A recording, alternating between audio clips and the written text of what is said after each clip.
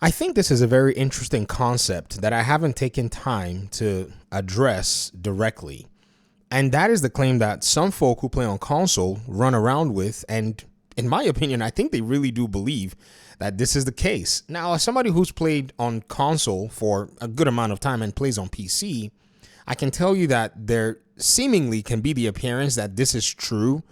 But in reality, what's going on here is a lot of bubble talk. When I mean bubble talk is you're in a specific bubble, you haven't come out of that bubble, and you think that whatever is going on in that bubble is pretty much what's representative of the big picture. That's not the case. What am I talking about? It's the optimization of video games for PC versus console, and who owns the responsibility and why we're seeing what we're seeing. In a small conversation with an audience member here, they were talking about how the PS5 Pro would probably be closer to a 6800 XT in performance. I'm already sick and tired of having these conversations. Let this stupid thing come out anyway so that we can actually see what it does. And I've told y'all, if it's going to beat the 4070 or if it's going to do the 4070 thing, raw raster, I will consider buying it, right? Okay, so we'll see, God willing, in November when the darn thing comes out. However, this comment showed up in a response, and I asked in raw rasterization or not, and they said this: games are generally better optimized on consoles, allowing them to utilize hardware more efficiently. I don't understand exactly what that actually means in the grand scheme of things. And I don't understand what it means, especially when it comes to these new generation of hardware, seeing that these new generation of hardware are very much close to what AMD has been making for its desktop applications from the CPU and GPU side. So that's exactly what I'm kind of confused about when you say this. Do you say it because you have data somewhere, or do you say it because someone has said it and you think it's true, or do you say it because these last few years we've been getting a lot of challenges in terms of video game optimization and the developers have not been doing their jobs?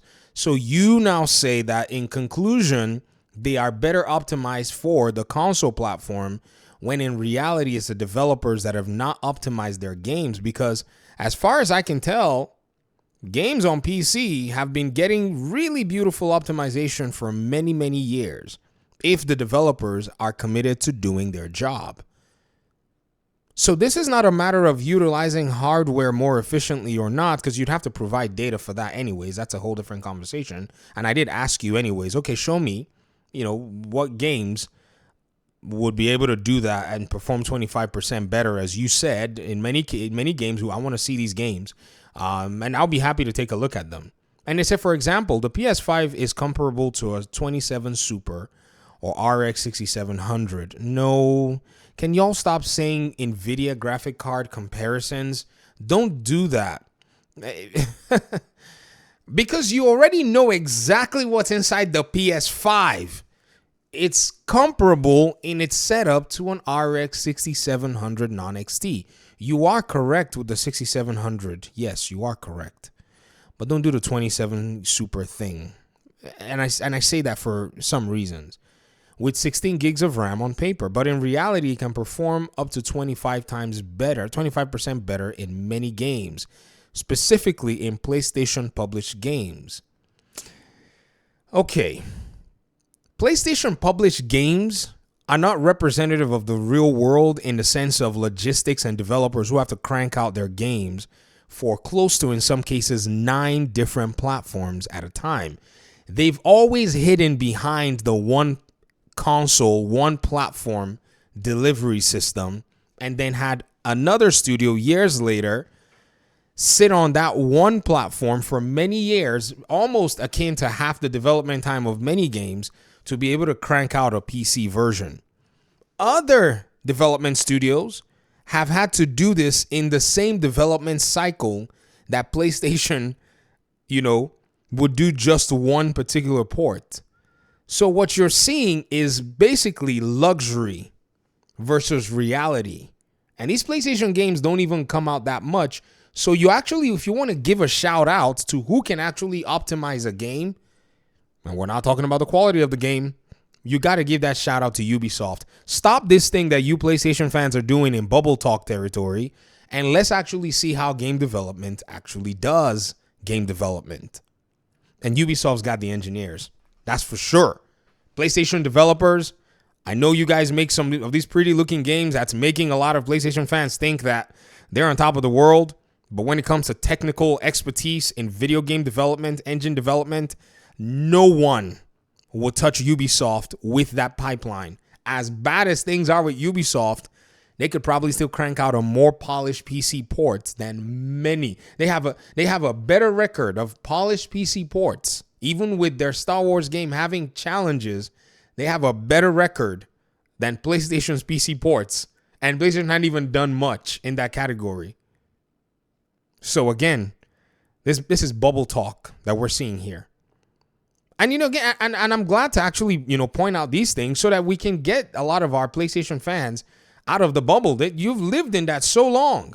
Man, PlayStation did you guys wrong, man. They put you guys in the deep end of the pool to swim with no experience of any kind. And so now here's some of the things that you're saying. So I'd love to see these games, actually. I want to see these games that perform. And you said in many games, okay? Look at your statement. In many games, I want to see how the console versions perform 25% better in these many games. Let me give you a hint. I'll just help you out real quick. And then I'm going to end this video because, again, I don't know. PlayStation did not misinform y'all this bad. It was the talking heads that did it. I've always been kind of mad at PlayStation, but now, honestly, my anger might need to be tempered down because they kind of covered themselves and gave you caveats. It's the hyper console fanboys that just threw, gunk together. And, it was insane. So look at God of War Ragnarok. Okay, let's just take this one PlayStation published game into account because we have a PC version and we have a PlayStation version. You can go look up how well it runs on the PlayStation 5. And then you can come and look on the PC side and see that its optimization is actually geared for hardware that is a little bit less powerful than the PlayStation 5 in its recommended settings. And then see how that runs and do a comparison. Because the PlayStation games are so well optimized. Well, Nix's, they do such a good job because they sit there. I think Santa Monica actually did this one and Jetpack Interactive. So if they have the time, developers can do well. They didn't have to worry about this at launch. They just worried about one SKU. Well, PS4 SKU, which they pretty much, are taking this game. It's a PS4 game, putting on a PS5. So this was probably not a lot of work. The pipeline's already been established by other studios doing it. Right? So you need to take that into account when you're talking about it and say, okay, this is how this hardware is performing. So I think if anything, we probably need to be on YouTube looking up what a 6700 non-XT would do with God of War Ragnarok with an appropriate CPU. And this is going to tell you, okay, is it performing 25% better at the same resolution? Is it giving out the same performance?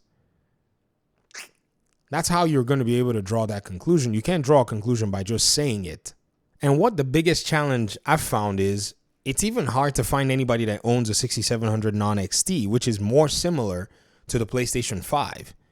That's kind of the biggest challenge because everyone else here doing these stats and doing these, performance metrics are actually doing that based on the 6700 XT, which is better than the PlayStation 5. So you wouldn't even be able to get good data that is representative. So you have to go talk to people who actually taking the time to find the 6700 non-XT because AMD didn't make a lot of it. They just did the XT and priced it well, so it just became more popular, and people bought a better graphics card than what's in the PS5. So again, I really do think a lot of knowledge here is much required. That the developer is responsible for the optimization of a game. If a game is well optimized, it's the developer's praise. If a game is poorly optimized, it's to the developer's own dragging and detriment at the end of the day. That's how it goes. That's usually the case. Because at the end of the day, a lot of these games will come out and then be polished. Like Starfield, then come out at 60 FPS. And then all of a sudden it came out at 60 FPS. That's to the developer's detriment in terms of them not optimizing their game early enough. And then when it got optimized, I guess to their praise or whatever it is you want to go ahead and call it. All right. Talk to me in the comment section. Thanks so much for watching. Peace out.